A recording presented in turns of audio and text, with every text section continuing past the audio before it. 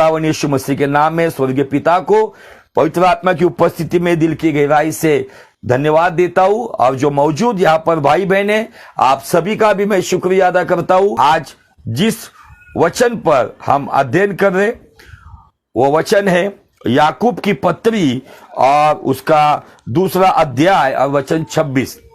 और यह वचन ऐसा कहता है, अतः जैसे देह आत्मा बिना मरी हुई है, वैसा ही विश्वास भी क्रिया के बिना मरा हुआ है। यहां पे कर्म के बिना, बट उसका एग्जैक्ट मीनिंग इंग्लिश में एक्शन कहा गया है। एक्शन का अर्थ हो जाता है क्रिया, या जो हमें जिस बात की क्रिया करनी है उस पर हमें बताया जाता है। और बाइबल कहती है कि विश्वास क्रिया के बिना मरा हुआ है, वैसे ही जैसे ही शरीर भी आत्मा या जान के बिना मरा हुआ है। फिर वो शरीर कितनी भी सुंदर व्यक्ति का क्यों ना हो, वो शरीर कितने भी ज्ञानी व्यक्ति का क्यों ना हो, वो शरीर कितने भी मशहूर व्यक्ति का क्यों ना हो, लेकिन वो शरीर से यदि उस शरीर ने प्राण और आत्मा को त्याग दिया है तो उस शरीर को कुछ समय के बाद उस शरीर को अंत यात्रा का सफर करते हुए उस शरीर को नष्ट किया जाता है। वैसे ही यहाँ पे याकूब जो प्रभु यीशु मसीह के भाई है, वो विश्वास की तुलना करते जैसे मरा हुआ शरीर है जो कुछ भी क्रिया नहीं कर पाता, जो खा नहीं सकता, उठ नहीं सकता, कुछ नहीं कर सकता, वैसे विश्वास यदि काम नहीं करता है, यदि विश्वास में क्रिया नहीं है, तो वो विश्वास भी भले ही बहुत जोर जोर आवाज में कहेंगे हम विश्वास करते, लेकिन समय पर जब चंगाई के लिए यदि वो विश्वास ये क्रिया नहीं करता है कि 1 पतरस 2:24 के अनुसार यीशु मसीह को प्राप्त हुए कोड़ों के द्वारा मैं चंगा हूं, मिलने से पहले मिलने का आनंद जो करता है, मुझे पूरा यकीन है मेरा परमेश्वर ने मुझे चंगा किया है। आमीन, हालेलुया। यदि इन बातों से हमें समझ में आई, इन बातों को लेकर, तो निश्चय हमारा विश्वास क्रियाशील होगा। इसी दूसरे अध्याय में याकूब अब्राम के विश्वास की कुछ बातें बताता है। याकूब की पत्री दूसरा अध्याय और वचन 21 और 22 को मैं आपके लिए पढ़ना चाहता हूं। जब हमारे पिता अब्राहम ने अपने पुत्र इसहाक को वेदी पर चढ़ाया तो क्या वो कर्मों से धार्मिक ना ठहरा था? कर्मों से मतलब ये संसार का कर्म नहीं, ये विश्वास की क्रिया को दर्शाया जाता है। क्या वो विश्वास की क्रिया से धार्मिक, या इंग्लिश में कहा जाता है राइचियस, इन बातों से वो राइचियस बन गया? और बाइबल यहां पे कहती है 22 वचन में, अतः तूने देख लिया कि विश्वास ने उसके कामों के साथ मिलकर प्रभाव डाला है। आपका विश्वास, आप कितने पुराने विश्वासी है, इससे प्रभावित नहीं करेगा किसी को। आपके विश्वास में जब आपके सामने कुछ परीक्षाएं आती है, कुछ संकट आते, आंधी तूफान आते, उन सब परिस्थितियों में आप जिस यीशु पर ईमान रखते हो, जिस यीशु पर विश्वास रखते हो, उस यीशु के नाम में आप इस अन्य जाति के सामने ये प्रदर्शित करोगे, निश्चित मेरा यीशु जिंदा है, मुझे इस तूफान से सही सलामत बाहर निकालेगा। और उस विश्वास से यदि आप कदम बढ़ाओगे तो ये विश्वास आपके द्वारा, जिस उस जमाने में अब्राहम के विश्वास ने कामों के साथ प्रभाव डाला था, इस जमाने में आपका मेरा विश्वास क्रिया के साथ अन्य जाति को प्रभावित कर सकता है। आगे बहुत सुंदर बात लिखी है, वो भी सुनिए। और कामों से विश्वास सिद्ध हुआ। और हम जिस विषय पर अध्ययन कर रहे वो विश्वास के ऊपर अध्ययन कर रहे, और विश्वास की 4 बातें हैं। मैं अभी और गहराई में नहीं जाऊंगा, लेकिन बताना चाहता हूं कि 4 प्रकार के विश्वास बाइबल में हमें दिखते हैं।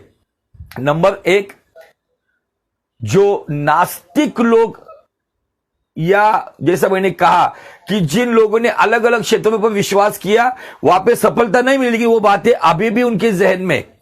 और कुछ ऐसी बातें वो जानते हैं कि वो व्यक्ति या वो परमेश्वर सामर्थ्यशाली है, लेकिन एक जलन और एक घमंड के द्वारा वो विश्वास नहीं कर पाते, उसे कहा जाता है अविश्वास। अविश्वास में घमंड काम करता है, अविश्वास में उनके अंदर दूसरे के प्रति जो जलन या एक प्रकार से ईर्ष्या होती है, उसकी वजह से और अविश्वास में नाना प्रकार की जगह पे किया हुआ विश्वास होता है। दूसरा है अल्प विश्वास। यीशु मसीह ने पतरस को डांट लगा के कहा, जब आंधी तूफान आया था, पतरस कुछ समय के लिए पानी पे चला, लेकिन उसके बाद में वो डूबने लगा, तब प्रभु यीशु मसीह ने उसको हाथ देकर निकाला।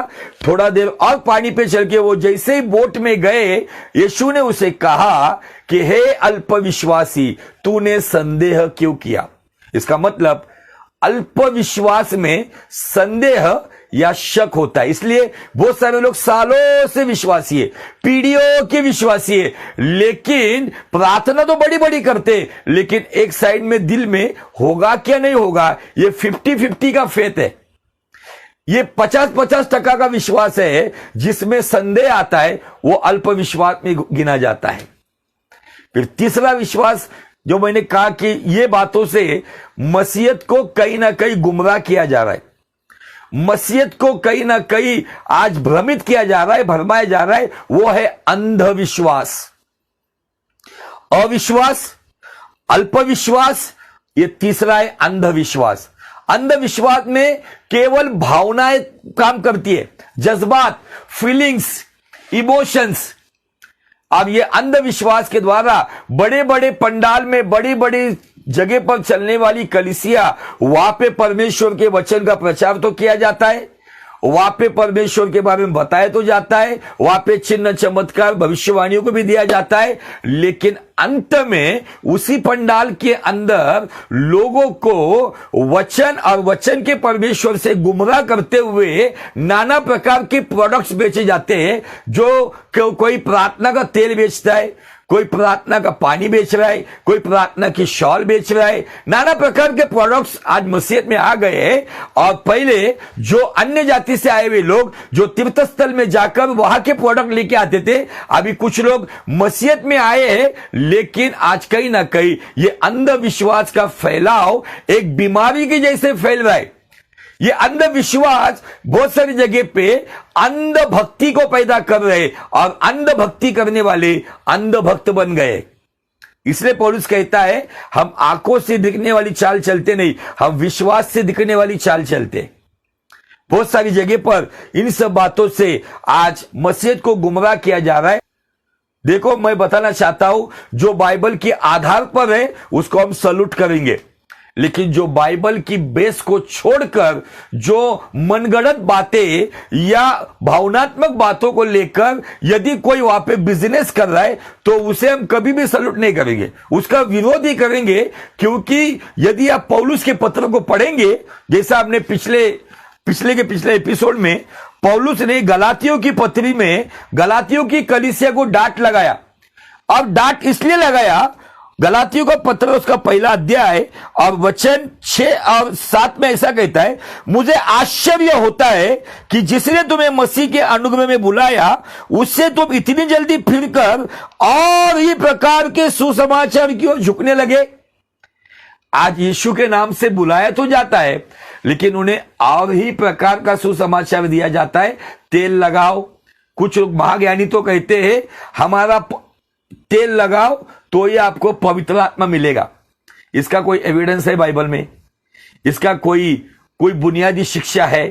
कोई पुख्ता सबूत है कि जिस पर हम विश्वास कर सके? नहीं। यहां पे पौलुस गलातियों की कलीसिया को जो बातें बता रहा है, वो बातें आज के जमाने हमारे लिए लागू होती है। और वो कहता है, परंतु वो दूसरा सुसमाचार है ही नहीं। ये दूसरा सुसमाचार, लोगों ने नाना प्रकार के प्रोडक्ट्स चर्च पे लाए, अंधविश्वास का फैलाव किया है। कोरोना वायरस से भी ये बहुत ही खतरनाक बीमारी है, जिसकी वजह से इंसान मर तो जाएगा, लेकिन अनंत जीवन में भी नहीं जाएगा। क्योंकि आज इन दिनों में दुष्ट लूसीफर अपने राज्य को बढ़ाने के लिए अभी मसीहत में सतावट नहीं ला रहा है। तो वो क्या कर रहा है पता है? कि वो शुरुआत से एक काम बहुत ही सुंदर रीति से कर रहा है, और वो मतलब मिलावट। आज मसीहत के विश्वास में यदि मिलावट होती है, तो तो जो मूल विश्वास है, जिसे बुनियादी शिक्षा कहा जाता है, यदि वहां से आज के इन दिनों में लोग तेल, पानी, भविष्यवाणी, इन चीजों के पीछे बहुत दौड़ रहे। लोग महाराष्ट्र से पंजाब जा रहे, लोग महाराष्ट्र से आउट ऑफ इंडिया जा रहे। क्यों? चंगाई के लिए, तेल के लिए, पानी के लिए, भविष्यवाणी के लिए। हमारा परमेश्वर कहता है तू जहां पर भी घुटने की बल आएगा, मैं वहां पर तुझे आशीष दूंगा। आमीन। इन सब बातों से क्या हो रहा है, आज कहीं ना कहीं मसीहत में ये फैलाव होने की वजह से बहुत सारे पुराने लोग, अपने आप को स्ट्रांग बिलीवर कहने वाले, ये भी इन बातों का शिकार हो गए। शायद सुनने के लिए ये बातें अच्छी लगती नहीं है।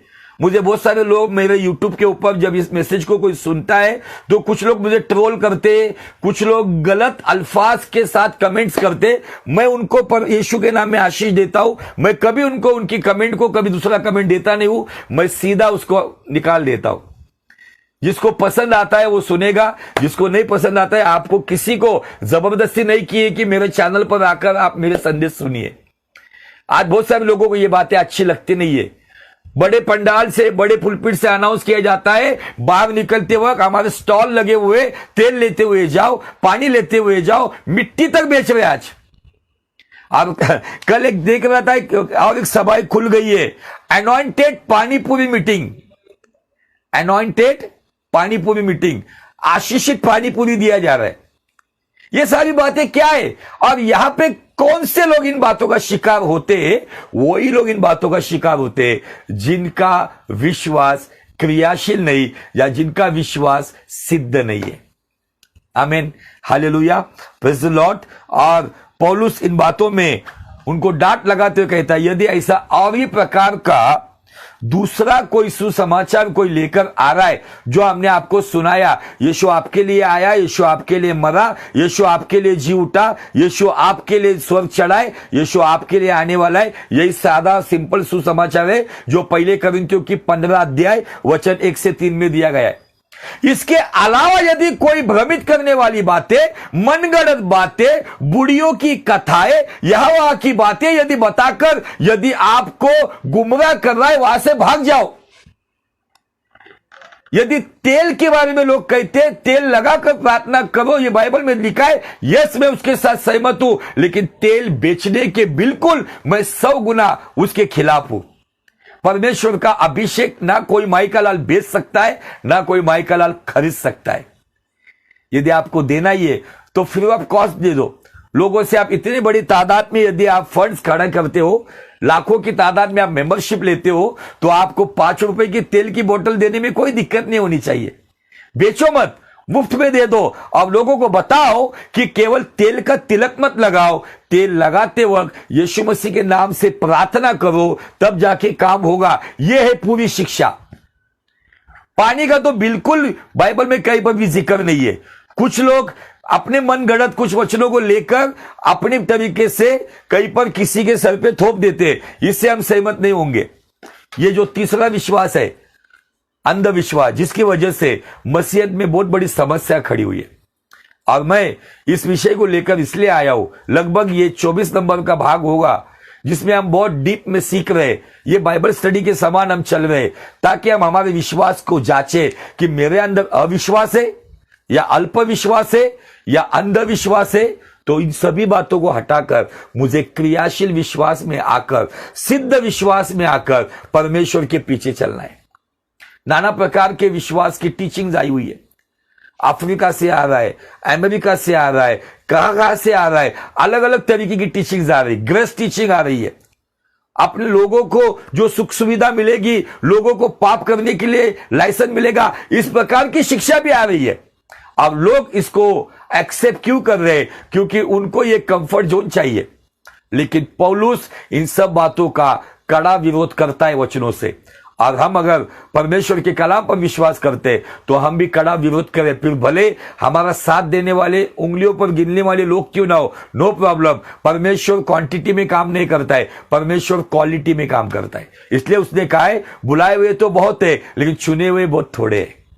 आमीन, हालेलुया, प्रेज द लॉर्ड। शायद इन बातों से कुछ लोगों को खराब लगता होगा कि पास्टर इस तरीके से क्यों बात करते हैं, तो आप, मेरा नंबर है, मुझसे बात कर सकते हो। मैं सच्चाई से वाकिफ करना चाहता हूं। रोमियो की पत्री शायद पहला अध्याय वचन 18 में ऐसा लिखा है, जो सत्य को दबाकर रखेगा उस पर स्वर्ग से परमेश्वर का क्रोध प्रकट होगा। मैं उस क्रोध से बचना चाहता हूं। मैं सत्य को दबाकर नहीं रखूंगा, मैं सत्य को उजागर करते हुए बताऊंगा, ताकि सत्य को आप जानोगे और सत्य आपको आजाद करेगा। आमीन, हालेलुया। विश्वास क्रियाशील कैसे होता है? विश्वास एक्टिव कैसे होता है? विश्वास सिद्ध कैसे होता है? तो उसके लिए मैं लगातार हर एपिसोड में इस वचन को मैं लेकर आता हूं। अब वो वचन है इब्रानी की पत्री 4 अध्याय और वचन 2। और ये वचन कहता है, हमें भी उन्हीं की तरह, मतलब इजराइलियों की तरह सुसमाचार सुनाया गया है, लेकिन सुना हुआ वचन बाइबल कहती है उनके लिए लाभ का न हुआ, क्योंकि सुना हुआ वचन विश्वास से मन में ना बैठा। आमीन। ये वचन से मैं बहुत आशीष पाता हूं। मुझे सारे सवालों के जवाब इस एक वचन से मिलते। बहुत सारे लोग कहते हैं हम लगातार चर्च जा रहे, सालों से चर्च जा रहे, अलग अलग फेलोशिप में जा रहे, उपवास प्रार्थना कर रहे, लेकिन फिर भी हमारे लिए लाभदायक बातें नहीं हो रही है। बाइबल कहती है एक ऐसा झुंड है, लाखों की तादाद का झुंड है। इसी इब्रानी 3:17 में ऐसा लिखा है, वो झुंड की लाशें, उनके शव, उनकी डेड बॉडीज जंगल के लिए खाद बन गई। लाखों की तादाद में लोग जंगल में मर गए, वो यरदन पार कर नहीं पाए। क्यों? क्योंकि उसका कारण इब्रानी 4:2 कहता है, सुना हुआ वचन विश्वास से मन में नहीं बैठा। इंग्लिश में दिया है कि वचन के साथ उनका विश्वास मिक्स नहीं हुआ। हमारे मराठी बाइबल में लिखा है कि वचन का विश्वास का संयोग नहीं हुआ या संगम नहीं हुआ, इसलिए उनके लाभ का नहीं हुआ। किसके लाभ का नहीं हुआ? ये वो लोग हैं जिन्होंने मिस्र के अंदर उन 10 पीड़ाओं को देखा। ये वो लोग हैं जिन्होंने फिरौन को रोकते हुए परमेश्वर का सामर्थ देखा। ये वो लोग हैं जिन्होंने लाल समंदर को अपनी आंखों से फटते हुए देखा। ये वो लोग हैं जो लाल समंदर पे सूखी भूमि पर चलते वैसा चलते हुए गए। ये वो लोग हैं जिन्होंने फिरौन और उसकी सेना की जल समाधि देखी। ये वो लोग हैं जिन्होंने वहां पे डेजर्ट के अंदर, रेगिस्तान के अंदर चट्टान से पानी पिया, आसमान से मन्ना खाया। दिन में उनके लिए परमेश्वर का बादल का खंबा था, छाव लेकर आता था। रात में ठंड से बचाने के लिए अग्नि का खंबा था, उन्हें गर्माहट देता था। ये वो लोग हैं जिनके शरीर के साथ कपड़े बढ़ रहे थे, उनके पैरों के साथ जूते बढ़ रहे थे। उसके बावजूद ये लोग प्रतिज्ञा के देश में प्रवेश ना कर पाए। क्यों? क्योंकि वचन विश्वास के साथ मेल ना रखने की वजह से उनका नुकसान हो गया। और बाइबल कहती है उन्हीं की तरह हमें भी सुसमाचार सुनाया गया है। उन्हें मूसा के द्वारा सुसमाचार सुनाया गया, आपको और मुझे ईसा के द्वारा सुसमाचार सुनाया गया। मूसा ने कहा परमेश्वर तुम्हें कनान नाम के प्रतिज्ञा के देश में लेकर जाने वाला है। ईसा ने कहा परमेश्वर के राज्य में, सियोन देश में मैं तुम्हें लेकर जाने वाला हूं। उन्हीं की तरह हमें भी सुसमाचार सुनाया गया है। लेकिन सवाल यह, सुना हुआ वचन आपके मन में बैठा है क्या? कुछ लोगों के दिमाग में बहुत वचन है, अब वो वचन केवल किसी को पॉइंट आउट करने के लिए इस्तेमाल किया जाता है, किसी को नीचा दिखाने के लिए किया जाता है, वहां पर एक प्रकार की कंपटीशन के लिए इस्तेमाल किया जाता है। ये दिमाग का वचन कुछ काम में नहीं आएगा। शास्त्रीय फरीसियों के पास बहुत सारा भंडार था, लेकिन बहुत कम शास्त्रीय फरीसियों का, बहुत सारे शास्त्रीय फरीसियों का उद्धार नहीं हुआ, क्योंकि उनके अंदर ये ज्ञान का घमंड था। उनको व्यवस्था की किताबें मुंह बोली याद थी, लेकिन वो अनुग्रह नहीं पा पाए। क्यों? क्योंकि वचन मन में नहीं बैठा। एक ऐसी भीड़ जिन्होंने इतने चमत्कार देखे, वैसे चमत्कार कोई देखा भी नहीं होगा, इतने बड़े चमत्कार देखने के बावजूद। इसलिए मैं कहता हूं चमत्कार की नींव पर चलने वाली कलीसिया ज्यादा दिन तक टिकती नहीं है, लेकिन वचन की नींव पर जो कलीसिया बांधी जाती है वही कलीसिया परमेश्वर के राज्य में जाएगी। इसलिए यीशु मसीह ने पहाड़ी का प्रवचन, यदि आप देखोगे 5वें अध्याय से शुरू होता है, मत्ती के 5वां अध्याय, 6ठा अध्याय, 7वें अध्याय के अंत में यीशु मसीह ने इसी बात के ऊपर हमें आगाह किया है। उसने कहा कि एक मूर्ख व्यक्ति था, मूर्ख की तुलना की गई है, जो वचन सुनता था, वचन के अनुसार चलता नहीं था। उसने घर रेती पे बनाया, तूफान आया, उसके घर का सत्यानाश हो गया। एक ज्ञानी व्यक्ति, एक योग्य व्यक्ति वो वचन सुनता था, वचन के अनुसार चलता था। उसने अपना घर चट्टान पे बनाया, आंधी तूफान में वो घर बरकरार रहा। इस पहाड़ी का प्रवचन इस रेफरेंस पे या इस बात के ऊपर खत्म होता है। तो क्या बताना चाहते हैं यीशु मसीह? केवल वचन सुनने वाले नहीं, याकूब कहता है वचन के अनुसार चलने वाले भी बनो। बहुत सारे लोग आज चिन्ह चमत्कार भविष्यवाणियों के पीछे चल रहे, लेकिन मैं कहीं इसके खिलाफ नहीं हूं। निश्चय परमेश्वर आपके जीवन में अद्भुत काम करेगा, लेकिन जो वचन के साथ वफादार है वो परमेश्वर के साथ वफादार है, क्योंकि परमेश्वर वचन है और वचन यीशु मसीह है। आमीन, हालेलुया, प्रेज द लॉर्ड। मैं क्यों इन बातों के ऊपर आपका ध्यान बटा रहा हूं? मैं क्यों इन बातों के द्वारा आपको आज इन बातों के द्वारा आपको थोड़ा सावधान करना चाहता हूं? क्योंकि लूसीफर अभी सतावट नहीं लेकर आ रहा है। सतावट थोड़ी थोड़ी जगह पे हो रही है, कहीं पे छत्तीसगढ़ पे हो रहा है, बिहार में हो रहा है, कहीं पे यूपी में हो रहा है, थोड़ा थोड़ा सताव हो रहा है। लेकिन अभी सबसे बड़ी समस्या मसीहत में यह है कि ये गड़बड़ी वाली शिक्षा आ गई है, ये सारी आकर्षक बातें आ गई है, ये और भी प्रकार का गड़बड़ी में डालने वाला सुसमाचार आ गया है, जिसकी वजह से आज बहुत सारे लोग अपने विश्वास से गुमराह हो रहे, भरमाए जा रहे। इसलिए आज आपको देखना है, क्या मैं इन बातों का शिकार तो नहीं हुआ हूं? इन दिनों में आपको पूर्व पश्चिम उत्तर दक्षिण कहीं पर भी जाओ, आपको प्रॉफिट प्रॉफिट प्रॉफिट दिखेंगे। ये क्या, किस बात का चिन्ह है? यीशु मसीह के आने का चिन्ह है, क्योंकि यीशु मसीह जल्दी आ रहा है। और उसके आने के चिन्ह में यही भी चिन्ह है कि अलग अलग जगह पे आपको अलग अलग तरीके के भविष्यवक्ता दिखेंगे। अब इन बातों का प्रभाव उन्हीं बातों पे गिरेगा जिनके जीवन में वचन का प्रभाव नहीं है, क्योंकि यीशु मसीह ने स्पष्ट रीति से कहा है यूहन्ना 6:63 में, परमेश्वर का वचन जीवन और आत्मा है। यीशु मसीह ने यूहन्ना 15:7 में स्पष्ट रीति से कहा है, मेरा वचन तुम में और तुम मुझ में बने रहोगे, जो कुछ भी पिता के पास तुम मांगोगे वो तुम पाओगे। वो कहता है तुम यदि मेरे वचन में नहीं तो तुम मेरे चेले भी नहीं। जो मेरे वचन से प्रेम करता है, पिता कहता है, वो मेरे पुत्र से प्रेम करता है। जो मेरे वचन का आदर करते, मतलब मेरे पुत्र का आदर करते, मैं उनका आदर करता हूं। इन दिनों में सोचो, क्या मेरा विश्वास क्रियाशील है? यदि नहीं है तो वचन की खाद, वचन की रोटी, वचन का पानी, वचन का अग्नि, वचन का दाखरस, वचन का मधु का रस आपको आपके विश्वास के आंतरिक मनुष्य को खिलाना पिलाना पड़ेगा। तब जाके आपका विश्वास का आंतरिक मनुष्य काम करने लगेगा। और भले भी बाहर से कैसे भी क्यों ना हो, लेकिन आपका आत्मिक मनुष्य जो अंदर से, जिसको आप वचन का खाद खिलाओगे, वो अगर अंदर से बलवान है तो आपके सामने कितनी भी बड़े गोलियात क्यों ना हो, आप दाऊद के समान हर दिन उन पर विजय होगे। आमीन, हालेलुया। अगले एपिसोड में हम गिदोन का टॉपिक खत्म करेंगे। आज पता नहीं मेरा पूरा समय इसी में ही चला गया। मैंने कोई रिवीजन नहीं किया, केवल आपको सतर्क किया है। यह सतर्कता बहुत जरूरी है अजीजों, क्योंकि यीशु मसीह का आना बहुत नजदीक है। लेकिन हमारे आसपास का माहौल पूरी तरह से लोगों को भ्रमित करने वाला है, लोगों को आकर्षित करने वाला है। इसलिए एक बड़ी भीड़ आज अंधविश्वास के मारे अंधभक्त बनकर अंधभक्ति के पीछे चली जा रही है।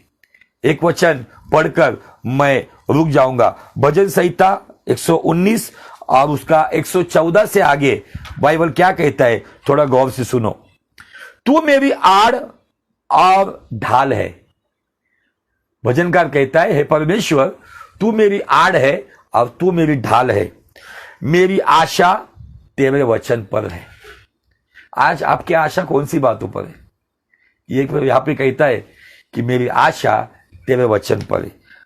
हे कुकर्मियों, मुझसे दूर हो जाओ कि मैं अपने परमेश्वर की आज्ञाओं को पकड़े रहूं। आज ऐसी कोई बातें हैं जिसके साथ हम समय बिता रहे, जो परमेश्वर को भाता नहीं है, जो परमेश्वर के खिलाफ है। हमारी दोस्ती, हमारी संगति, हमारे रिश्ते नाते जो हमारा समय बर्बाद कर रहे, उन्हें दूर करो। और यहां पे भजनकार कहता है कि मैं तेरे आज्ञाओं को पकड़े रहूं। आज लोग क्या पकड़े रहते? भविष्य की बातें, भविष्यवाणियां, संसार की बातें, यहां वहां का ज्ञान, डेवलपमेंट, बहुत सारे लोग पैसा पैसा पैसा, मनी माइंडेड, इसमें डालू क्या उसमें डालू, कहां से निकालू, कौन से मार्ग से निकालू, ये सब बातों को पकड़े हुए। लेकिन भजनकार कहता है मैं तेरे आज्ञा को पकड़े रहूं। आगे सुनो 116 में वो क्या कहता है, हे यहोवा अपने वचन के अनुसार मुझे संभाल कि मैं जीवित रहूं और मेरी आशा को न तोड़। तेरे वचन के स्पष्ट रीति से कहता है, हे यहोवा मुझे थामे रख, हे यहोवा अपने वचन के अनुसार मुझे संभाल। भजन संहिता 138:2 में वो कहता है, वो परमेश्वर अपने बड़े नाम से अधिक अपने वचन को अधिक महत्व देता है। बहुत सारे लोग कहेंगे फिर चमत्कार नहीं होने चाहिए, होंगे। मैं अगर चमत्कार की लिस्ट अगर आपको बताते बैठूंगा तो आप मुझे बाबा बना दोगे।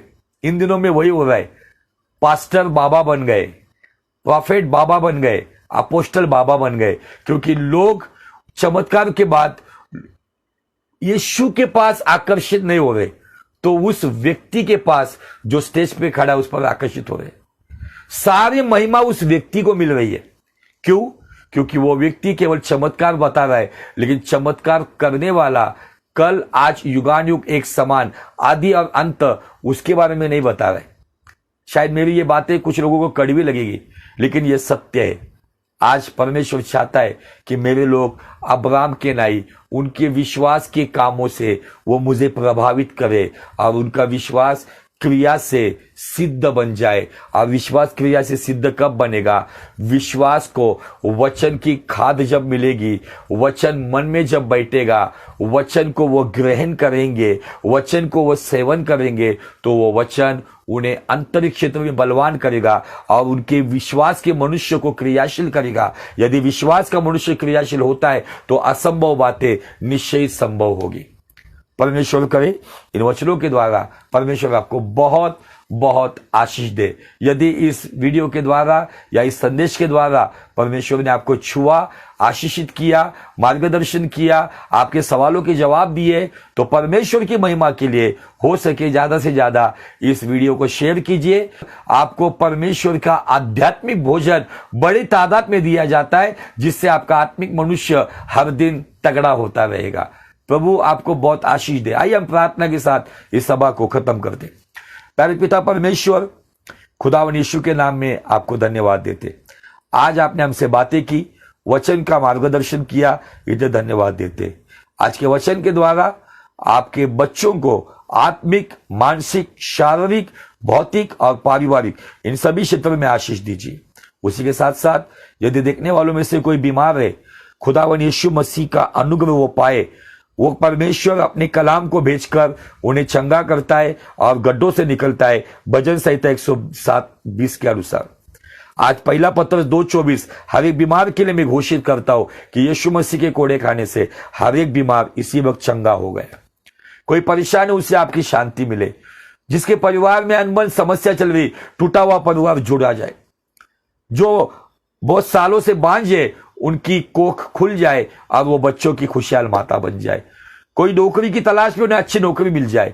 कोई बिजनेस की तलाश में उनका अच्छा बिजनेस चले। प्रभु जी, जिनको लाइफ पार्टनर चाहिए, एक योग्य लाइफ पार्टनर, एक जीवन साथी वो प्राप्त करे। जिनकी कलीसिया में समस्या है वो समस्या दूर किए जाए और कलीसिया सभी क्षेत्रों में बलवंत होती हुई चली। धन्यवाद प्रभु जी। इन सभी प्रार्थनाओं को यीशु नासरी के नाम में मांगता हूं, इसलिए सुन और ग्रहण कर पिता। आमीन आमीन। प्रभु आपको बहुत बहुत आशीष दे। May God bless you. May God bless you.